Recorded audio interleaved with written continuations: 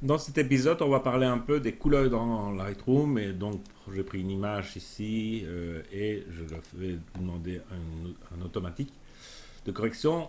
Comment peut-on corriger ou changer les couleurs dans Lightroom? La première chose qu'on pense, évidemment, c'est la balance des blancs, en laquelle on peut la demander en auto, on peut la demander en lumière naturelle, on peut la demander en temps nuageux, etc. etc. Donc c'est quelque chose qu'on pense souvent à faire. Quelque chose qu'on pense déjà un peu moins à faire dans Lightroom, c'est changer les profils. Par exemple, si je prends éclatant, vous voyez qu'il y a déjà aussi, ou paysage, il y a une différence. Comment Adobe corrige l'image et corrige le RAW en fonction du profil qu'on veut. Si on prend encore dans les profils qui sont là, dans les favoris, on a, vous voyez, ça c'était des profils, mais on peut aussi avoir des profils style artistique ou des choses comme ça. Donc une autre manière d'interpréter cette image et ses couleurs. Donc c'est une chose quand on veut changer les couleurs qu'il faut penser que dans les profils qui sont là, on peut donc trouver quelque chose qui change cette couleur. Ensuite, on a évidemment la vibrance. Alors la vibrance, qu'est-ce que c'est? On augmente la saturation des couleurs. Et ce qui est peu saturé, on augmente la saturation. Et ce qui est déjà fort saturé, on y touche moins.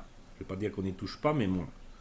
Donc, donc ça, c'est l'objectif de la vibrance. Tandis que la saturation, que la couleur soit déjà peu saturée ou fortement saturée, on l'augmente. La vibrance également, normalement Lightroom a fait que le rose de la peau n'est moins affecté par cette vibrance. Donc la vibrance dans les tons rouges et ou rose est moins actif parce qu'il croit évidemment que c'est un visage. Ensuite, pour changer les couleurs d'une image, on a quelque chose qu'on ne va pas tellement souvent voir, c'est l'étalonnage, où tout simplement on a ici les couleurs et on peut tout simplement ici augmenter la saturation du bleu dans l'image. On peut également changer le vert ou le rouge primaire, la saturation. Donc, autre méthode pour corriger cette couleur. Autre méthode pour corriger la couleur de toute une image, c'est à venir dans la courbe des tonalités. Dernière version, ça a été un peu changé. Donc avant, on avait un menu déroulant. Maintenant, il suffit de cliquer sur le bleu. Donc si je vais vers le dessus, je monte dans les bleus. Si je vais si je vais en dessous, je vais dans les jaunes. Donc vous voyez que les deux couleurs sont bien mises, bleu, jaune. Vert, c'est vert et magenta. Rouge, c'est rouge et cyan. Donc ça c'est aussi, mais ça corrige complètement, donc ça corrige l'entièreté d'une image. Ensuite, pour corriger les couleurs, on a évidemment les traitements locaux. Le premier traitement local qu'on a, c'est, je vais dire, le filtre gradué, où on le descend. Pour en avoir un droit, vous appuyez sur le bouton Shift et vous êtes droit, donc il ne part pas de travers. Et évidemment, on peut, en diminuant l'exposition, on peut y jouer. On peut y jouer également en fonction des températures. On peut en jouer par la saturation, mais on peut également jouer, je veux dire, avec une nouveauté qui est teinte. Donc aujourd'hui, on peut modifier la teinte de cette partie, si on veut en avoir un bleu un peu différent. Donc, ça, l'onglet teinte est apparu aussi bien dans le filtre gradué que dans le filtre radial que dans le pinceau. Alors ce filtre, je vais dire, vous permet de faire par exemple aussi autre chose. Ici j'étais chercher une image, je vais la réinitialiser. Ou je vais prendre à nouveau un filtre gradué. Je viens mettre mon filtre ici. Et je viens modifier la couleur. Donc je ne sais pas ce que je vais en faire. Allez, une belle petite mauve. Et donc, qu'est-ce qui va se passer ici dedans? C'est qu'évidemment, j'ai modifié la couleur, mais j'ai modifié également ceci sur les à côté. Alors pas de problème parce qu'on a un masque de gamme et dans le masque de gamme, vous pouvez sélectionner la couleur ou là vous avez une pipette et là vous dites que je veux changer cette couleur-ci. Si vous appuyez sur la touche Shift, vous pouvez ajouter, je crois qu'on peut en ajouter 6 et vous avez également un réglage qui se fait ici. Donc de cette manière, vous pouvez décider de ne pas inclure, par exemple, je vais dire ici les couleurs qui étaient sur l'arrière et ne changer que la couleur jaune de la voiture. On peut également faire la même chose sur les images. Ici, je vais la réinitialiser. Donc toujours avec, je vais dire ici un papillon, ma fleur jaune qui est ici. Je viens sélectionner ma fleur jaune. Je regarde, je vais afficher mon masque pour voir si je l'ai mis partout. Voilà, je peux modifier. Je vais enlever mon masque. Et vous voyez que je peux changer. Peut-être que je dois ici ajouter aussi. Et comme tout à l'heure, on peut décider,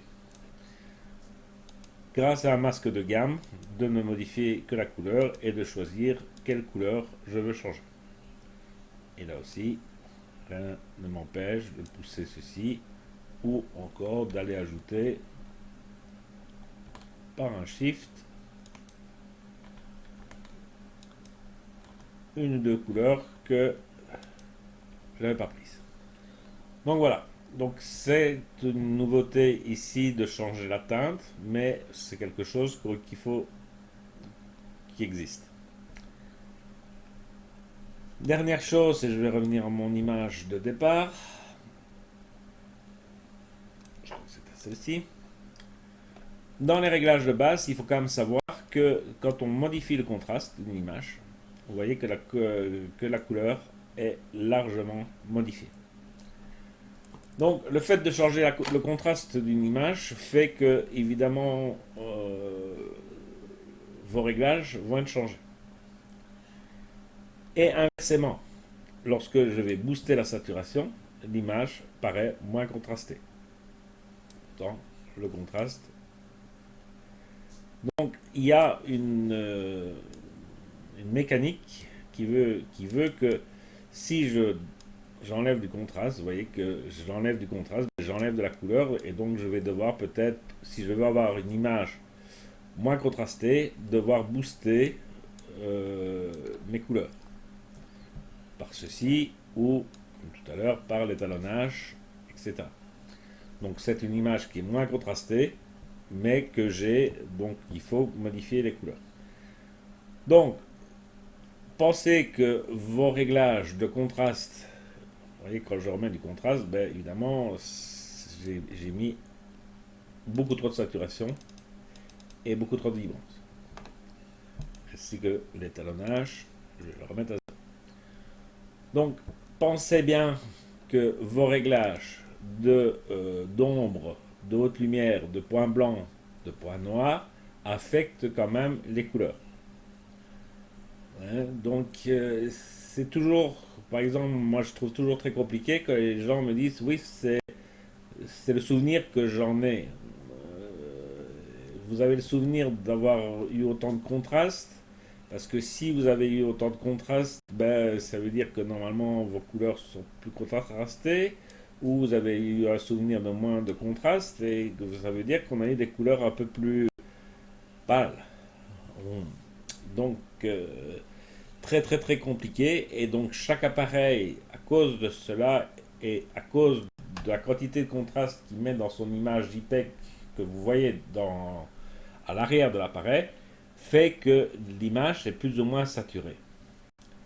Donc ça, c'est pour ça qu'une image prise par un boîtier Sony ou un boîtier Nikon ou un boîtier Canon en JPEG, ce n'est pas exactement le même bleu, le même vert, ni le même contraste. Même si on a laissé les paramètres de base de l'appareil.